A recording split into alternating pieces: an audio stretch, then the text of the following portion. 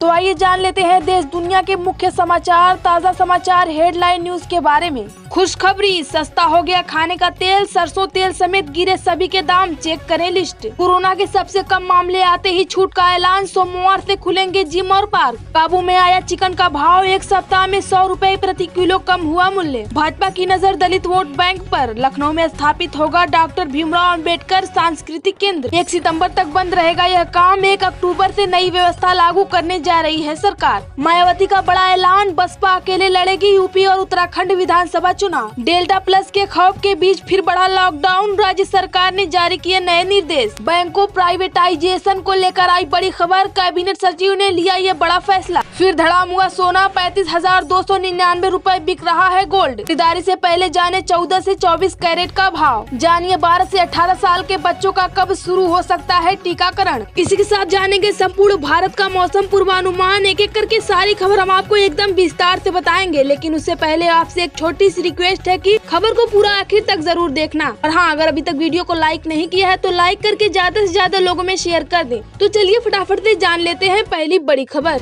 बैंकों प्राइवेटाइजेशन को लेकर आई बड़ी खबर, कैबिनेट सचिव ने लिया ये बड़ा फैसला। जी हाँ, आपको बता दें कि बैंक प्राइवेटाइजेशन को लेकर बड़ी खबर सामने आई है। केंद्र सरकार ने विनिवेश के लिए 2 बैंकों को शॉर्ट लिस्ट कर लिया है। ये bank central bank of India, Indian overseas bank है। सरकार सार्वजनिक क्षेत्र के 2 बैंकों के निजीकरण की दिशा में तेजी से आगे बढ़ रहा है। बता दें कि सरकार पहले चरण में दोनों बैंकों में सरकार 51% हिस्सेदारी बेच सकती है। इसी के साथ लेते हैं अगली बड़ी खबर, एयरफोर्स स्टेशन पर एक के बाद एक धमाके, ड्रोन से पहले का शक, डीजीपी बोले ये आतंकी हमला। आपको बता दें कि जम्मू के एयरफोर्स स्टेशन में शनिवार देर रात तक एक के बाद एक धमाके हुए।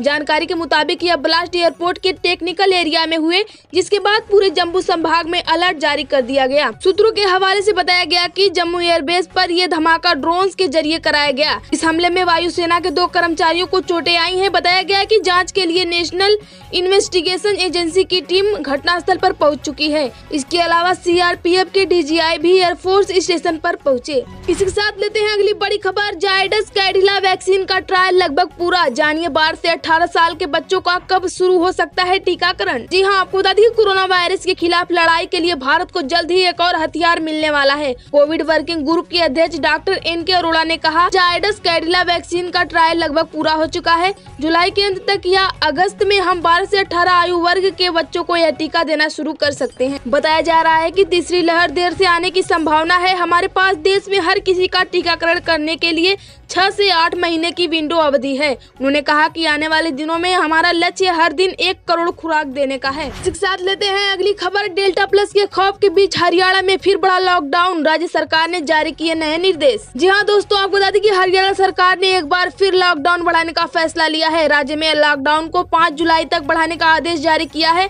हालांकि इस दौरान कुछ ढील के भी आदेश दिए गए हैं। हरियाणा सरकार ने राज्य में लॉकडाउन को कुछ ढील के साथ 5 जुलाई तक बढ़ाने का आदेश जारी किया है। इसी के साथ लेते हैं अगली बड़ी खबर, मायावती का बड़ा ऐलान, बसपा अकेले लड़ेगी यूपी और उत्तराखंड विधानसभा चुनाव। जी हाँ, आपको बता दें कि बहुजन समाज पार्टी की प्रमुख मायावती ने 2022 विधानसभा चुनाव को लेकर बड़ा ऐलान कर दिया है।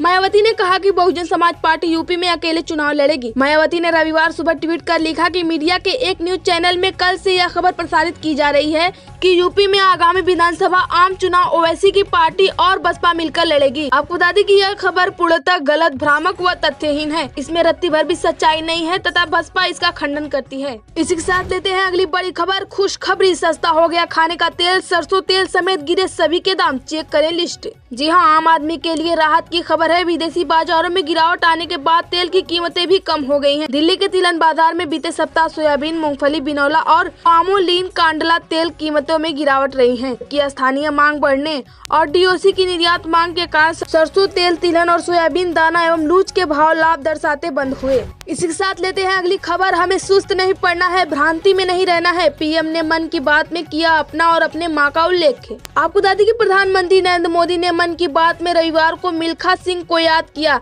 और ओलंपिक खिलाड़ियों का उत्साह बढ़ाया। इसके साथ ही देशवासियों को आगाह किया कि वे वह समझने की भूल ना करें कि कोरोना वायरस वैश्विक महामारी खत्म हो गई है। उन्होंने कहा कि यह वायरस अपना स्वरूप बदलता है, इसलिए इससे बचाव के लिए कोरोना वायरस संबंधित सभी प्रोटोकॉल का पालन करना और टीका लगवाना ही उपाय है। आपको बता दें कि प्रधानमंत्री ने मन की बात की 78वीं कड़ी में लोगों के साथ अपने विचार का साझा करते हुए टीकों को लेकर लोगों की आशंका दूर करने की कोशिश की। उन्होंने कहा, मैंने 2 खुराक ली है। मेरे माताजी लगभग 100 साल की हैं, उन्होंने भी दोनों खुराक ले ली हैं, इसलिए टीकों को लेकर किसी भी प्रकार की अफवाह पर ध्यान नहीं दें। वैसे आपको टीके को लेकर क्या विचार है, कमेंट जरूर करें। इसी के साथ लेते हैं अगली बड़ी खबर। वैक्सीन की उपलब्धता पर केंद्र का यू टर्न। मई में किया था 216 करोड़ डोज का दावा, अब कहा 135 करोड़ ही मिलेगी। जी हां, आपको बता दें कि देश में तेजी से चल रहे वैक्सीनेशन अभियान के बीच कोरोना वैक्सीन पर केंद्र सरकार ने अचानक से यू टर्न ले लिया है। मई में जब देश भर में वैक्सीन की किल्लत सामने आई थी, तब सरकार ने दावा किया था कि 31 दिसंबर तक देश को 216 करोड़ से ज्यादा डोज मिल जाएंगी। लेकिन अब सुप्रीम कोर्ट में दाखिल हलफनामे में केंद्र ने बताया कि दिसंबर तक उसे सिर्फ 135 करोड़ डोज ही मिलेंगी। यानी महीने भर में ही केंद्र ने इस साल तक मिलने वाले वैक्सीन डोज में 81 करोड़ की कमी कर दी है। साथ लेते हैं अगली बड़ी खबर। भाजपा की नजर दलित वोट बैंक पर। लखनऊ में स्थापित होगा डॉक्टर भीमराव अंबेडकर सांस्कृतिक केंद्र। जी हाँ, भारतीय जनता पार्टी उत्तर प्रदेश में 2022 में होने वाले विधानसभा चुनाव को लेकर बेहद गंभीर है और पार्टी किसी भी बड़े वोट बैंक को अपनी ओर आकर्षित करने से चूक नहीं रही है। चुनावी वर्ष में भाजपा लखनऊ में करीब 50 करोड़ की लागत से डॉक्टर भीमराव अंबेडकर सांस्कृतिक केंद्र स्थापित करने जा रही है।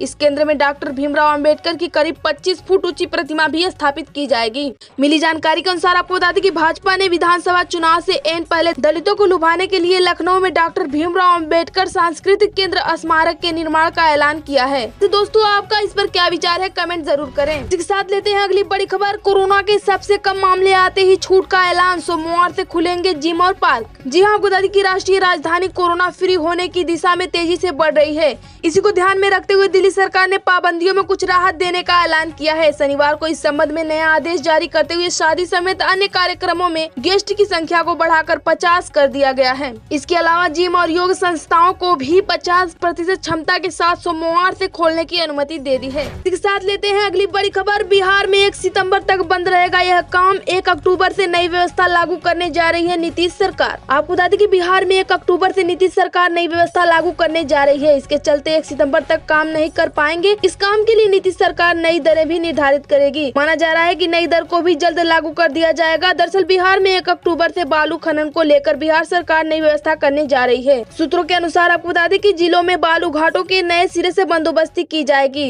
इसके लिए खनन एवं भूतत्व विभाग की तैयारी शुरू हो गई है।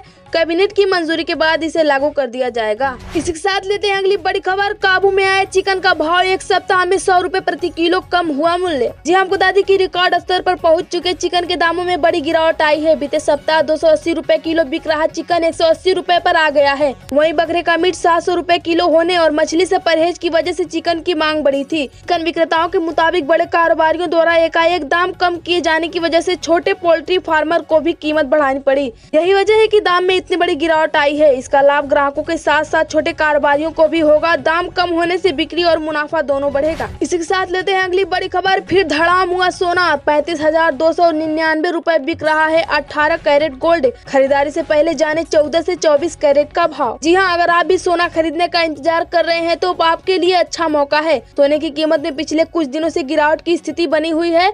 आलम यह है कि अपने ऑल टाइम हाई से सोना अब तक 9,000 रुपए प्रति 10 ग्राम से भी ज्यादा सस्ता हो गया है। नहीं सोने की कीमत में पिछले 8 कारोबारी दिनों से लगातार गिरावट जारी है। आपको बता दें कि सोने की कीमत गिरकर 47,000 रुपए प्रति 10 ग्राम के पास आ गई है। इसी के साथ जान लेते हैं 14 से लेकर 24 कैरेट गोल्ड का ताजा भाव। इस तरह भारतीय सराफा बाजार में गुरुवार को 24 कैरेट वाला गोल्ड 47,065 रुपए प्रति 10 ग्राम, वहीं 23 कैरेट वाला गोल्ड 46,877 रुपए प्रति 10 ग्राम, 22 कैरेट वाला गोल्ड 43,112 रुपए प्रति 10 ग्राम, 18 कैरेट वाला गोल्ड 35,299 रुपए प्रति 10 ग्राम, 14 कैरेट वाला सोना 27,620 रुपए प्रति 10 ग्राम के स्तर पर आ गया है। इसी के साथ लेते हैं अगली बड़ी खबर। संपूर्ण भारत का 28 जून 2021 का मौसम पूर्वानुमान। अगले 24 घंटे के दौरान उप हिमालयी पश्चिम बंगाल, सिक्किम, पूर्वोत्तर भारत के कुछ हिस्सों, तेलंगाना, कर्नाटक और मराठवाड़ा के कुछ हिस्सों में हल्की सी मध्यम बारिश के साथ 1-2 स्थानों पर भारी बारिश की संभावना है। वहीं आंध्र प्रदेश में, बिहार के कुछ हिस्सों, उत्तर प्रदेश, झारखंड, ओडिशा,